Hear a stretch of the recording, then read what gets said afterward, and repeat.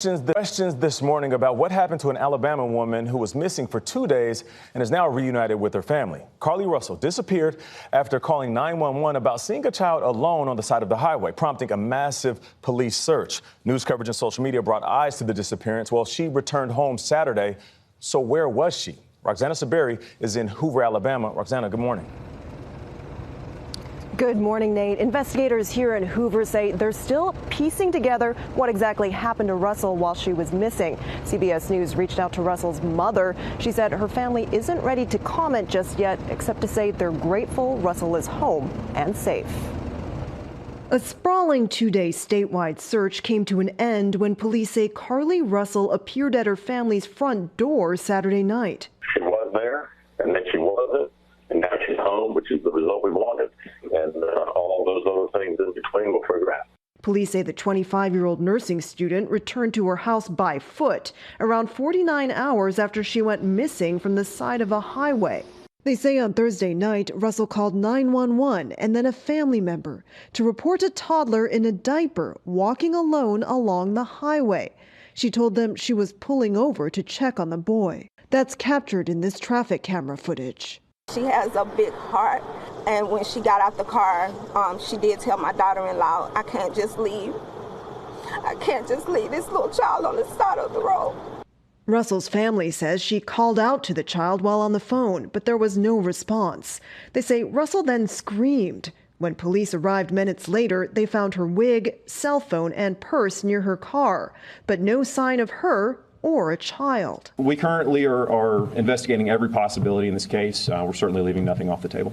Police have not released any details about what happened to Russell, but someone claiming to be her boyfriend wrote online that Russell was fighting for her life for 48 hours, adding she's not able to give any updates or whereabouts on her kidnapper. Russell was taken to the hospital Saturday night and released the following morning. There are no updates on her condition. The Hoover police chief would not confirm or deny if Russell was abducted. Now, about the child she reportedly saw on the side of the highway, police say there have been no reports of a missing child in Alabama or in the surrounding states. Michelle? A lot of questions, Roxana. Thank you.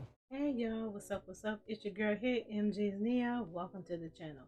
So, yes, we are back on the Carlee Russell story, and this will be my final one. I'm exhausted with this story, and I'm done with it. But, you heard the video before. I'm actually going to play another video for you guys. It's going to be 20 minutes. It's going to be uncut. But, yeah, y'all heard that it sounds like it is a lie. That's what it sounds like to me. I'm going to go ahead and say that it sounds like a lie. But I'm going to play the next video for you guys. Feel free to, I'm gonna put the link down below in the description box, so you can go see that I played the whole video if you want to see more information on it. But I'll put this, these links to these websites of these these news.com, their websites, so you can go see it for yourself. But let me play the video for you guys. That we share this information now so that our community can be put at ease. So at this time, I'll turn the microphone over to Hoover Police Chief Nick Dursis. Thank you. Thank you, Mayor. Thank everyone for being here today. Besides me stands the team who played a significant role in this investigation. I want to thank our department, members of surrounding local law enforcement agencies, the FBI, Secret Service, United States Marshals, and ALEA for their assistance in this case. We said from the evening of July 13th, our focus would be the safe return of Carlee Russell. That occurred on Saturday, July 15th, approximately 49 hours after she called 911 and disappeared. From that point, our focus has been to determine Carlee's whereabouts during that time and what exactly took place. Let me say up front, this investigation is not over. We're still working this case, and we'll work in this case until we uncover every piece of evidence that helps us account for the 49 hours that Carlee Russell was missing. However, through the public interest, and in some cases, public fear that this story has generated, we owe it to our citizens to tell them the facts that we have uncovered. So I will give you the facts that we know today. On July 13th, at approximately 8:20 p.m., Carlee left work from a business at the Summit. Surveillance video from her place of employment shows Carlee concealed a dark-colored bathrobe, a roll of toilet paper, and other items belonging to the business prior to her departure. She ordered food from Taziki's at the Colonnade and traveled there. She then traveled to Target on 280, where she purchased some granola bars and Cheez-Its. From there, she remained in the parking lot at that shopping center until 9:21 p.m. when she drove to I-459. Carlee communicated on her cell phone with individuals known to her while on her path of travel up to the point of calling 911 at 9:34 p.m. And at this time, we will play the 911 call in its entirety.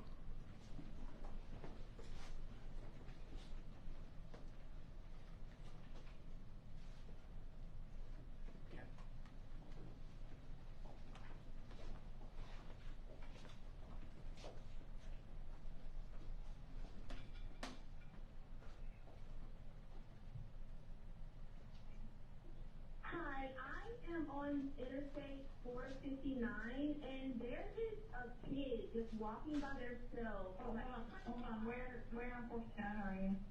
I'm right next to the exit 10 by the Hoover Med, like to get off by the Hoover Med. Okay, so you're before the exit? Yes. Okay, and were you headed southbound or northbound? Like towards Tuscaloosa or towards 280? Towards Tuscaloosa. Okay. And was the child on the left or right side? On the right side. Were they walking northbound or southbound? They're walking towards Tuscaloosa. Walking southbound? Or how old do they look? Like a toddler, like maybe like 3 or 4. Did you pull over with them? Are you still with them? Yes. Okay, are you with the child right now? No, I'm not. I didn't get out of the car. I can see them though. Do you mind staying and keeping an eye on them until we get there? Yeah, sure, yeah. Okay, what kind of car are you in? I'm in a red Mercedes-Benz. Is that a sedan or SUV? SUV. I mean, it's a sedan. Sorry. Can you put your hazards on for me? Yeah, they're on. Okay. Did you talk to the child at all, or did you say anything to them? No. Okay. No. Do they look like they're injured? No, they don't. Are they white, black, Hispanic, or Asian? They're white. Okay. Is it male or female? I think it's a boy, a little boy. White male? Okay. So is he wearing clothes? Yes. Okay.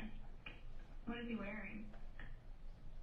It's a white t-shirt, and it doesn't look like he has any pants on. It looks like a diaper. And you don't see any cars anywhere? No cars anywhere.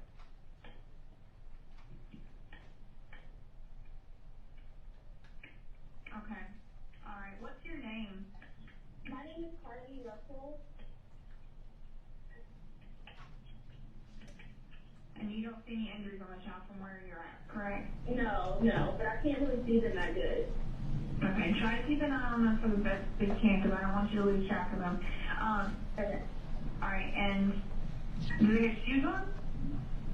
No. Not that I can see. I can't really see that. Look. Okay. All right. I've got them on the way, okay? Just try to keep an eye on them, but officers are on the way, okay? Okay, thanks. Thank you. Okay, bye. Carlee called a relative after speaking with the 911 operator. She went missing during that conversation sometime after 9:36 p.m. Traffic camera footage was obtained which depicted this portion of the incident, and that footage was analyzed as part of the investigation in conjunction with the 911 call and cell phone data to accurately determine the time frame. Carlee's 911 call remains the only report of a child on the interstate, despite numerous vehicles passing through the area at that time. No one has called to report that a child is missing, and the Hoover Police Department did not locate any evidence of a small child walking down the interstate. Data from Carlee's phone, including her Life 360 app, shows that she traveled approximately 600 yards in her vehicle while she was on the phone with 911, stating that she was following a child. 600 yards. That is 6 football fields straight. 600 yards. The Hoover 911 Center received a second call from Carlee's mother stating that a relative was on the phone with her when they heard Carlee scream, and then they had an open phone line. Hoover police officers arrived on the scene within 5 minutes of being dispatched and several other officers arrived shortly. They located Carlee's wig and cell phone in the grass near the vehicle. Her purse was located in the front seat of her vehicle with her Apple Watch in the purse. The food she ordered for Tzatziki's was also in the car. The items she purchased from Target, as well as the items taken from her place of employment, were not in the vehicle, nor were they located anywhere around the scene. Hoover Police deployed all available assets from the point in the search for Carlee. Additional resources were called in to include our own drone unit, crime scene investigators. Numerous detectives responded to the scene. Throughout the day Friday, officers from surrounding local and federal agencies assisted Hoover Police in the search for Carlee Russell. Officers returned to the scene on 459 to conduct a thorough line search for evidence. K-9 teams from the Jefferson County Sheriff's Department responded to check for any sign of Carlee, the child that she claimed to see, and anything else that could be considered evidence in this case. Those searches all turned up empty. Private citizens, including search parties organized by her family, friends, began looking everywhere that they could to find any trace. These searches took place throughout the day Friday and again on Saturday, yielding nothing. At 10:44 p.m. on July 15th, the Hoover 911 center receives a call from Carlee's residence stating that she returned home on foot. In subsequent investigations, detectives obtained surveillance footage of Carlee walking down the sidewalk alone prior to arrival at her residence. She was conscious and speaking with paramedics when she was transported to UAB. Detectives were able to obtain a brief statement from her prior to being treated and released. During the statement, she told detectives that while traveling down the interstate, she saw a baby walking down the side of the road and called 911. She stated when she got out of her vehicle to check on the child, a man came out of the trees and mumbled that he was checking on the baby. She claimed that the man then picked her up and she screamed. She stated he then made her go over a fence.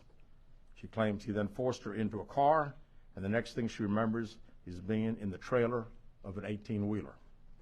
She stated that the male was with a female. However, she never saw the female, only hearing her voice. She also told detectives she could hear a baby crying. She told detectives the male had orange hair with a big bald spot on the back. She said she was able to escape the 18-wheeler and fled on foot, only to be captured again and then was put in a car. She claimed she was then blindfolded but was not tied up because the captors said they did not want to leave impressions on her wrists. She said that they took her into a house and made her get undressed. She believes they took pictures of her, but she does not remember them having any physical or sexual contact. She stated the next day she woke up and was fed cheese crackers by the female. She said the woman also played with her hair but could not remember anything else. At some point, she was put back in a vehicle she claims was able to escape while it was in the West Hoover area. She told detectives she ran through lots of woods until she came out near her residence. During this interview, detectives noted that Carlee had a small injury to her lip, and she claimed that her head was hurting. She also had a tear in her shirt. Detectives also noted that she had $107 cash in her right sock. Out of respect for Carlee and her family, detectives did not press for additional information in this interview and made plans to speak with her in detail after giving her time to rest. Detectives continue analyzing data from Carlee's cell phone that was left behind at the scene. We enlisted the help of the United States Secret Service in conducting this analysis. Part of what data includes several internet searches in the days leading up to her disappearance that I think are very relevant to this case. On July 11th at 7:30 a.m., the term, "Do you have to pay for an Amber Alert?" was searched. On July 13th at 1:03 a.m., the day of her disappearance, the term, "How to take money from a register without being caught," was searched. On July 13th at 2:13 a.m., the day of her disappearance, the term Birmingham bus station was searched.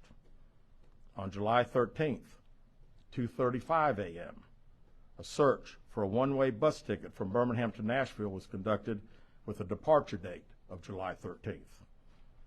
On July 13th at 12:10 p.m., a search for the movie Taken, a film about abduction, was conducted. There were 2 searches related to Amber Alerts on a computer at Carlee's place of employment, including one regarding the maximum age of an Amber Alert. There were other searches on Carlee's phone that appeared to shed some light on her mindset, but out of respect for her privacy, we will not be releasing the content of those searches at this time. We've asked to interview Carlee a second time, but have not been granted that request. As you can see, there are many questions left to be answered, but only Carlee can provide those answers. What we can say is that we've been unable to verify most of Carlee's initial statement made to investigators, and we have no reason to believe that there is a threat to the public safety related to this particular case. Thank you very much. With that, we'll open the floor for some questions. Please raise your hand and I will call on you. Carol. Chief, do you expect any charges against Carlee Russell in connection with the disappearance and in connection with what was taken from the Woodhouse spa? Right now, our focus is to determine those 49 hours, so the investigation continues. So to be perfectly honest with you, that hasn't even entered our mind or been discussed. One more question. Is it surprising to you that the family has not been cooperative in returning to be questioned? Well, I think the family has stated to us that they didn't think that in her mental state right now, because of trauma of the incident, that she's not ready to talk, is what we've been told. Go ahead, sir. Yeah. Question for Chief. You stated that the abductor had orange hair. Was this abductor black male? Was it female? Black female? White female? I believe it's a white male. Am I correct by saying that? Was it ever? Yeah, white male. Is this alleged abductor yet on loose in the Hoover area? Don't believe so. Yes, ma'am. Chief Bernie Dion, WBRC. Has a toxicology report been done, and were any drugs or illegal substances found in her system? We have no report of that. Is any indication of mental illness in this case? Not that I'm aware of. Lisa. There's been a concern in the community that if this turned out not to be a true story, that the next time a young woman of color was missing, that it might not be taken seriously. How would you respond to that? I'd respond to say that we investigate every crime to the fullest, just like we have this one. Right here. Was she traveling with anyone? Excuse me. Was she traveling with anyone since the time she disappeared, to your knowledge? And not to my knowledge. Right here. Chief, I know you said you weren't able to verify a lot of aspects of the story. Where do you think she went, and how would you characterize what happened here? You know, that's the $100 question. You know, we pretty much know exactly what took place from the time she left work until she got on the 911 call, and we can see getting out of the car on the interstate from that footage. And after that, I think she only knows. We don't know. Well, one quick follow-up. Her parents. Did you speak with Carlee's parents, and why do you think it is they were so adamant that there was an abductor? Yeah, I think parents are believing what their daughter's saying, and we've had a very good rapport with the parents, met with them on several occasions. I've talked to them today a few times, and to make them understand that we're under pressure from our community, not only in our community of the state, but nationally when the story hit. And I just wanted them to understand that today we were going to have a press conference, and what we were going to detail today are facts. And everything that I've told you today is actual facts. It's not innuendos. It's not what I think. It's not what these detectives think. It is the factual information that we have. Chief, WBRC, how much time do you think you'll give the family before going back to Carlee for sentencing? Well, I think our detectives have talked to the parents, and we're ready to talk as soon as she's ready. So, you know, she called right now. We're ready. You've had one word to describe what went on. What would that word be? How about unknown? You know, we know the facts that we have. Everything else is unknown at this time. In the back. What have the past few days been like for you, your department? This has been a stressful search, hasn't it? Well, absolutely. And again, the focus of the investigation that Thursday, when she went missing, of course, the focus was to get Carlee home. That's what we want all. We wanted her safe and sound, and that's all happened. And then, of course, this has gotten to be not only a local, state story, but a national story. So, you know. It is. It's a lot of stress on everyone in the Hoover Police Department, the mayor, every citizen here. We want to know the truth. As you stand here, are you frustrated? I wouldn't say I'm frustrated. I mean, I'm very happy that Carlee's home. That was the main ingredient here, and then we'll figure it out. I promise you that. We'll end up figuring it out. Any idea about the number of manpower hours that might have cost the city and the state and federal government. Yeah, we haven't had time to consider that, but it's again, these detectives that are here, this is just a small group of people that have been associated with this case. We have put every available resource that we have on this case because we wanted to make sure that we found out everything. We wanted to get her home, and we have. Chief, was there any prior indication of mental health problems? Not that I'm aware of. Could you just expand on the people from the state, federal resources brought in? What were they doing exactly as you all were searching for her? Can you just expand on that? Sure. A lot of the from the FBI side, several agents helping us interview. I mean, as you well know, in a case like this, especially when it goes national, we got hundreds and hundreds of calls. And when you get those calls, some of them may just be outlandish, but you got to follow up on them because you never know that you may get that one tidbit. And I'd also say too that we had a great cooperation with the family. The family received hundreds and hundreds of tips, and every time they got a tip, they sent it to us. Would you say a crime has been committed? No, we have not determined that. No. Keith Mims, WAGG 610 Summit Media. Question for Chief. With all the searches that you mentioned, Chief, that were on Carlee's phone, does that kind of give you an indication of her mind state during this ordeal, the 48 hours that she went missing? Well, again, we want to talk in fact. Okay, hold up. I don't know when I'm going to put this part in. I'm going to squeeze it in. But Kat Black said something very interesting in her video that she had made about Andrew Tate's BBC interview. She made a very good point about overindulging in online. Let me play it for you. Let me let you guys hear it. So let's get into it. So Andrew Tate did an interview with the BBC, and I thought that I would watch it and react to it.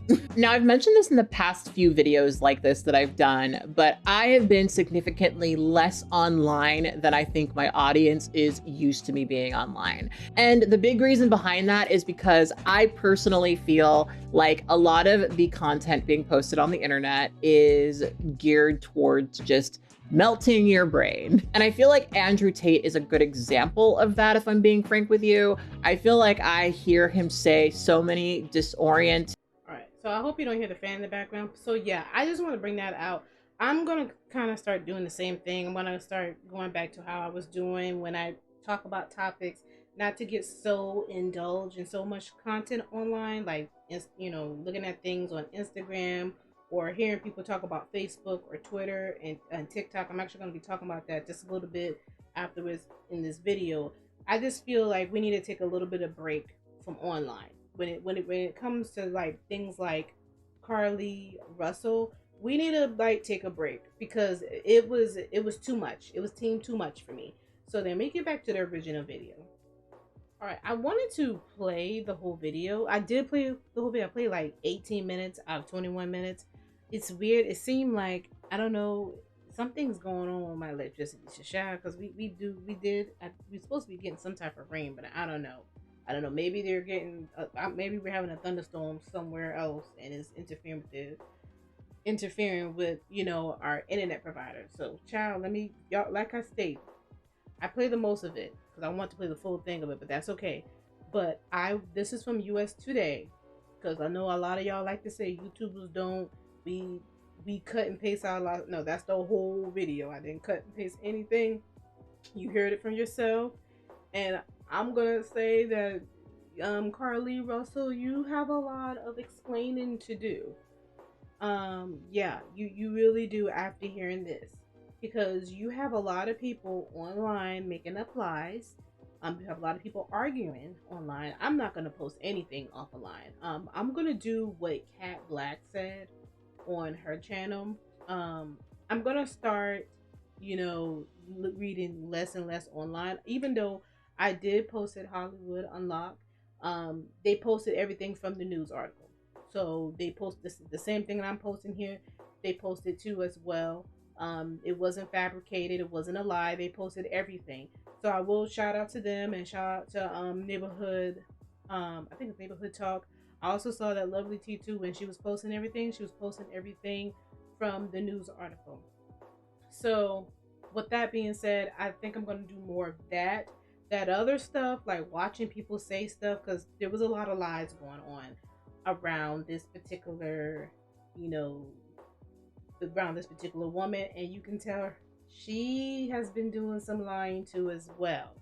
You know, I might be wrong, but this sounds like she lied. And I will say this.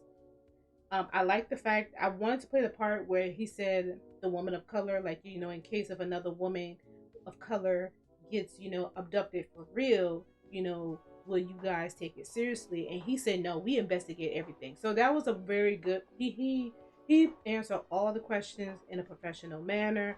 Like I said it on my other video, and I even wrote down below, hey, let the investigators, let the professionals do their job.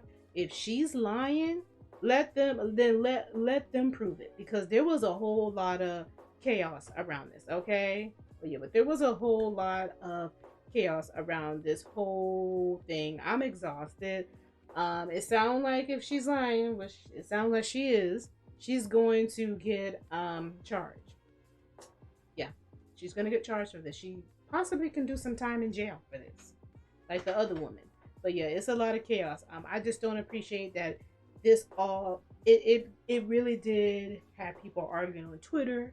If you didn't know about it, it had people arguing on the gram, you know, TikTok and Facebook. People been arguing online about this case. So Carlee Russell, you're gonna have to, if you can prove that you're telling the truth, and if you can't prove it, honey, you have a lot of apologizing to do, because honey, you cause a lot of chaos, a lot of drama. But I'm not gonna go any further on this, because there are other topics I want to talk about later on the channel. But yeah, let me know what you think down below in the comment area. But as for now, I should see y'all later. Peace. You get me so.